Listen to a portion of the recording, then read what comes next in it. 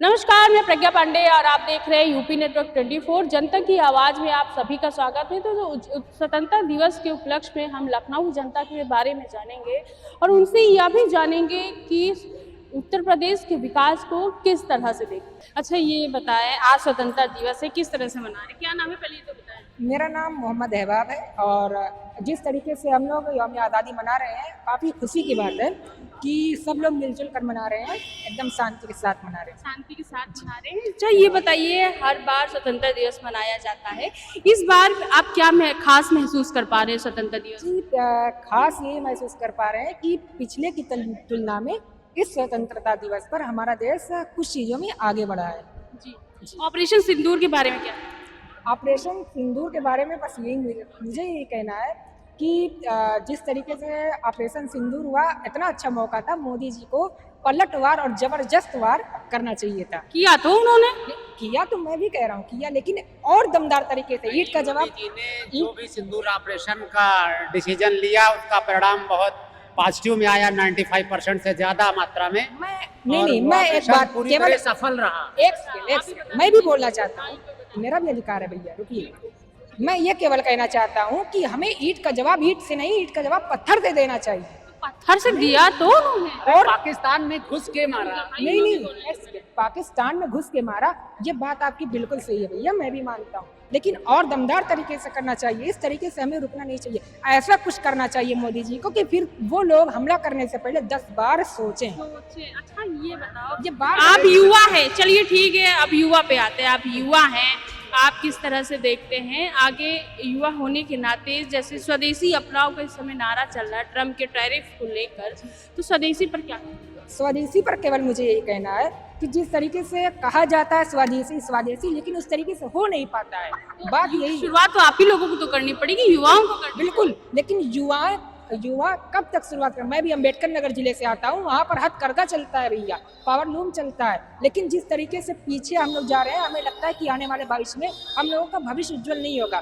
कारण क्या है कि सरकार उस तरीके से हमें सपोर्ट नहीं करती है। हालांकि मैं देखूं तो राहुल गांधी जी ने भी काफ़ी सपोर्ट किया है, देश में अनेक जगहों पर यात्राएं की, उन्होंने मिले हैं, काफ़ी अच्छे लोगों से मिले। तो मुझे बस यही कहना है कि अगर सरकार सपोर्ट दे तो हमारा देश विकसित भारत बन सकता है। हम लोग तो तैयार ही।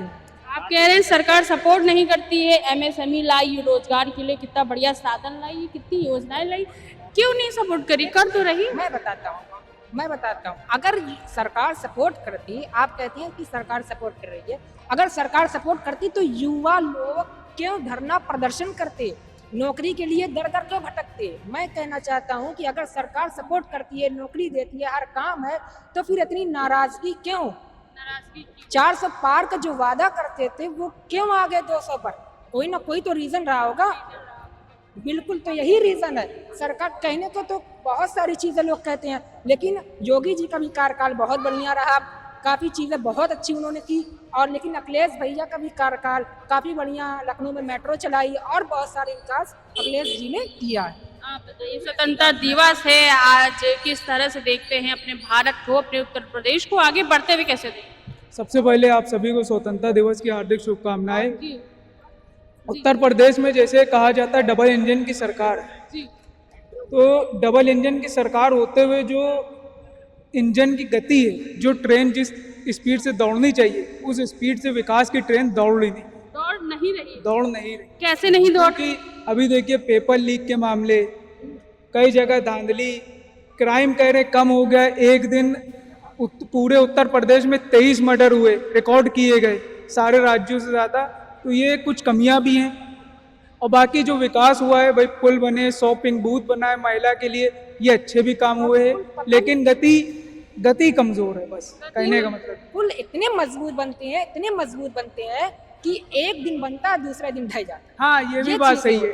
अब दिल्ली में संसद भवन बना, लेकिन 1 साल में ही पानी लीक कर गया, तो ये बहुत दिक्कत। किसको दोष देना चाहिए? प्रशासन को दोष देना चाहेंगे कि सरकार को दोष देना चाहिए? सबकी मिली भगत है। कैसे मिली भगत है भाई? सरकार ने आदेश दे दिया, बजट पास कर दिया, प्रशासन काम करेगा ना।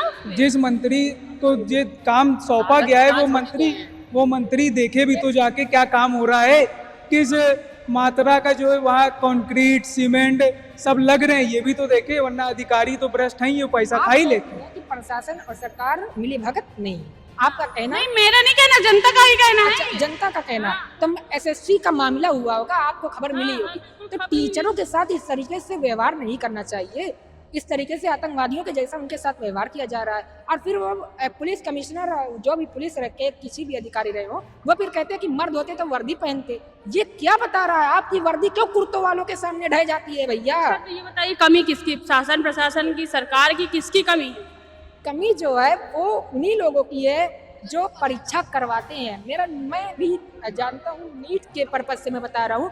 नीट का जो पेपर पिछले साल लीक हुआ, उसमें फिर एसएससी का लीक हुआ, ये सब मिल करके काम कराते हैं। क्यों मिली भगत की तरह एकदम जनता को ये रिफ्लेक्स कराते हैं कि जो है ये मिली भगत की तरह दोनों मिले हुए हैं। अगर नहीं मिलेंगे तो उनको सामने आना चाहिए। तो बिल्कुल, आपको क्या लगता है किसकी मिली भगत है? कहाँ कमी कहाँ आती है? कमी प्रशासन में, कुछ भ्रष्ट अधिकारी हैं वो पैसा खा लेते हैं, और ऐसी कंपनी एडिक्विटी जिसका पहले से ही जो है सही मामला नहीं था, और आगे चल रहा है वोट चोरी का मामला, इस वक्त तो गरमाया हुआ है बिल्कुल, वोट चोरी की भी बात आ रही है। मेरे देश में कुछ लोग ऐसे हैं जो कि विपक्ष को दुश्मन मानते हैं। मैं जानता हूँ, मैं पढ़ता हूँ, मैं पॉलिटिक्स भी पढ़ता हूँ, हर एक सब्जेक्ट लगभग पढ़ता हूँ। मैं बताता हूँ, विपक्ष दुश्मन नहीं होता। जितना मजबूत विपक्ष होगा उतना ही अच्छा पक्ष के लोग कार्य कर पाएंगे। अच्छा, चलिए ठीक है, हम अपने पूरे इस चीज़ को विराम देते हैं। ये बताइए कि आगे उत्तर प्रदेश कैसे विकास कर पाएगा, किस नजरिए से आप बताएं? आगे उत्तर प्रदेश ऐसे विकास कर पाएगा, नेता अपना काम ईमानदारी से करें, अधिकारी अपना काम ईमानदारी से करें, ऐसे ठेकेदारों से काम कराया जाए जो ईमानदार हो, जिनका रिकॉर्ड अच्छा हो, ऐसी कंपनियों से जो एग्जाम कराया जाए। वोट चोरी के लिए पारदर्शिता, इलेक्शन कमीशन की बात हो रही है, इस वक्त घेराव हो रहा है तो बैरिकेडिंग लगा दी जाती है, विपक्ष के नेता उनसे बात नहीं कर पा रहे, तो ये सब नहीं रोका जाए, क्योंकि ये लोकतंत्र है, तानाशाही से नहीं चलेगा, ये लोकतंत्र है। तो बिल्कुल आपने देखा कि जनता की आवाज़ में लोगों ने अपना अपना मत रखा, और उसी के साथ आज स्वतंत्रता दिवस के उपलक्ष्य में लोगों ने कुछ सत्ता पक्ष की तारीफ करी, कुछ विपक्ष की तारीफ करी, और लोगों का कहना था कि कहीं ना कहीं जो कमी है वो शासन प्रशासन के अधिकारियों में या पूरे सिस्टम में कमी है, उसको सुधार करना चाहिए। मैं प्रज्ञा पांडे, कैमरा तालिब के साथ, यूपी नेटवर्क 24, लखनऊ।